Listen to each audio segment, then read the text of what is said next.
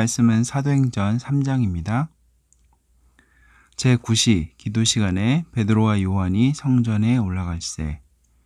여기서 9시는 지금 시간으로 말하면 오후 3시쯤입니다. 나면서 못 걷게 된 이를 사람들이 메고 오니 이는 성전에 들어가는 사람들에게 구걸하기 위하여 날마다 미문이라는 성전문에 두는 자라. 이 미문은 작을 미자를 써서 무슨 작은 문이라는 의미는 아니고요. 아름다울 미자를 써서 이제 아름다운 문이라는 뜻이고요.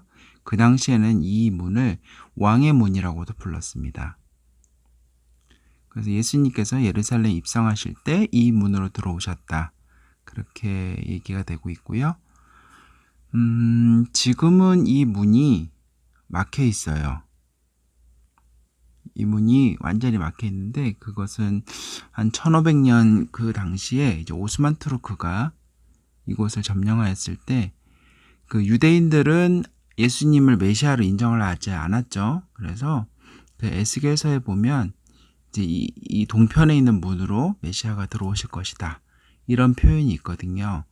그래서 유대인들은 아직 예수님을 메시아로 인정하지 않았고 그래서 언젠가는 아직 메시아가 오실 것을 기다리고 있었던 상태였는데 오스만 투르크에서는 그 유대인의 그 믿음을 완전 원천 봉쇄해버리기 위해서 이 문을 그냥 틀어 막아버렸습니다. 그래서 지금은 사람이 다닐 수 있는 상태는 아니고요. 이 사건은 지금 이 미문, 아름다운 문 혹은 왕의 문이라고 불렸던 그 문에서 발생한 사건입니다. 그가 베드로와 요한이 성전에 들어가려 함을 보고 구걸하거늘 베드로가 요한과 더불어 주목하여 이르되 우리를 보라 하니 그가 그들에게서 무엇을 얻을까 하여 바라보거늘 베드로가 이르되 은과 금은 내게 없거니와 내게 있는 이것을 내게 주노니 나사렛 예수 그리스도의 이름으로 일어나 걸으라 하고 오른손을 잡아 일으키니 발과 발목이 곧 힘을 얻고 뛰어 서서 걸으며 그들과 함께 성전으로 들어가면서 걷기도 하고 뛰기도 하며 하나님을 찬송하니 모든 백성이 그 걷는 것과 하나님을 찬송함을 보고 그가 본래 성전 미문에 앉아 구걸하던 사람인 줄 알고 그에게 일어난 일로 인하여 심히 놀랍게 여기며 놀라니라. 나은 사람이 베드로와 요한을 붙잡으니 모든 백성이 크게 놀라며 달려나아가 솔로몬의 행각이라 불리는 행각에 모이거늘 여기서 솔로몬 행각은 성전 동편에 있는 지붕은 없고 기둥과 벽만 있는 그런 데라고 그래요. 그래서 이곳에서 사람들이 막 모였어요. 그래서 베드로가 이것을 보고 백성에게 말하되 이스라엘 사람들아 이 일을 왜 놀랍게 여기느냐 우리 개인의 권능과 경건으로 이 사람을 걷게 한 것처럼 왜 우리를 주목하느냐. 여기서 권능과 경건, 우리 개인의 권능과 경건으로 된 것이 아니다 라고 밝히는 것. 그래서 예수님을 드러내고 있는 것의 시작점이기도 하지만 반대로 본다면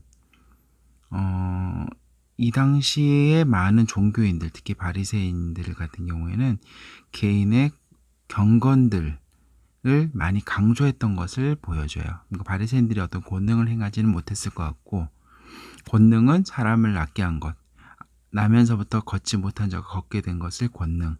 그리고 이것이 된 것이 보통 그 당시에 많은 종교인들은 자신의 경건 생활로 인해서 그것을 자랑했던 것들, 그것을 아마 염두에 두고 이렇게 얘기를 했던 것 같아요.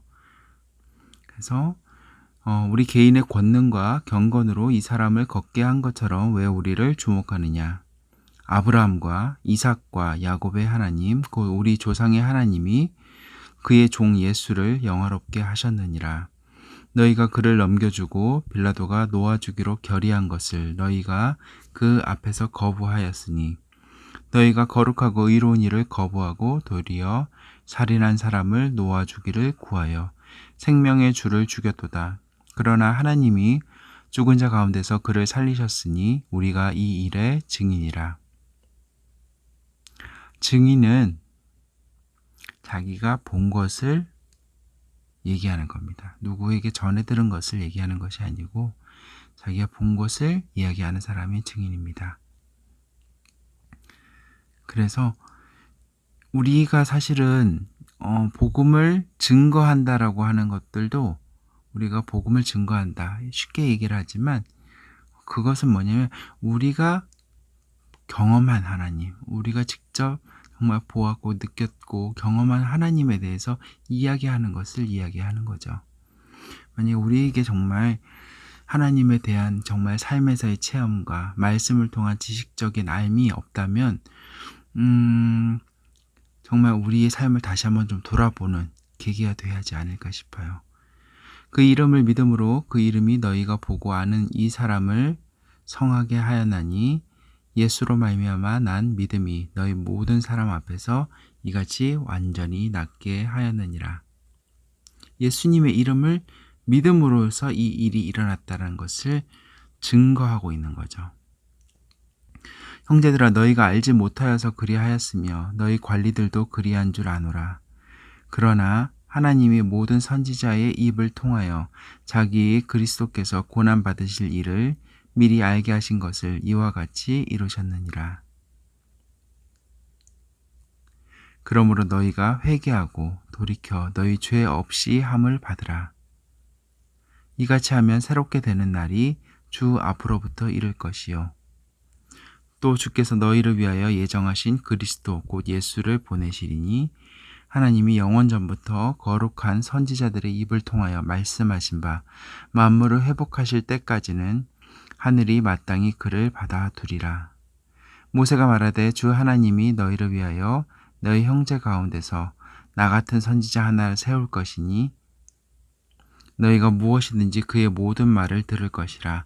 누구든지 그 선지자의 말을 듣지 아니하는 자는 백성 중에서 멸망받으리라 하였고 또 사무엘 때부터 이어 말한 모든 선지자도 이 때를 가리켜 말하였느니라. 여기서 보면은 느껴지겠지만 이 제자들이 이제 오순절 성령 사건 이후로 성령의 충만함을 받았어요. 그리고 성령님께서 하시는 일 중에 하나는 말씀을 생각나게 하고 깨달아지게 하는 거죠. 지금 이들이 얘기하는 예수님의 모습은 단순히 내가 이런 예수님을 경험했어요 라고 해서 끝나는 것이 아니라 성경에서 이 분에 대해서 뭐라고 얘기하고 있는지에 대해서 모세의 말씀을 인용해서 선지자의 말을 이용해서 그들이 이제 얘기를 하고 있는 거죠. 이 모든 말씀을 인용하게 하시고 생각나게 하시고 깨달아지게 하시며 이 진리를 정말 믿게 하신 이는 성령님이신 것을 알 수 있습니다. 너희는 선지자들의 자손이요 또 하나님이 너희 조상과 더불어 세우신 언약의 자손이라. 아브라함에게 이르시기를 땅 위의 모든 족속이 너희의 씨로 말미암아 복을 받으리라 하셨으니 하나님이 그 종을 세워 복 주시려고 너희에게 먼저 보내사 너희로 하여금 돌이켜 각각 그 악함을 버리게 하셨느니라. 이 모든 것은 그냥 갑자기 되어진 것이 아니라 하나님께서 아브라함과 이삭과 야곱과 같이 많은 믿음의 조상들과 더불어서 계속 얘기하셨던 그 하나님과 단절되었던 그 모든 것들이 온전한 회복이 되는 그 메시아의 약속을 통한 우리에게 복 주시는 그 참된 복, 예수님을 통한 구속의 복을 이제 이루셨다. 예수님을 통해서 이루셨고 그래서 예수님을 통해서 복을 주시기 위해서 너희라고 돌이켜 그 악함을 버리게 하셨다라고 얘기를 하시는 거죠. 그래서 이 제자들이 베드로와 요한이 이 나면서부터 다리를 쓰지 못하였던 사람을 고쳤던 이유는 다른 것이 아닙니다. 그들을 나타내기 위해서도 아니고 그들이 능력이 있었기 때문에 그것을 무조건 써먹으려고 한 것도 아니구나.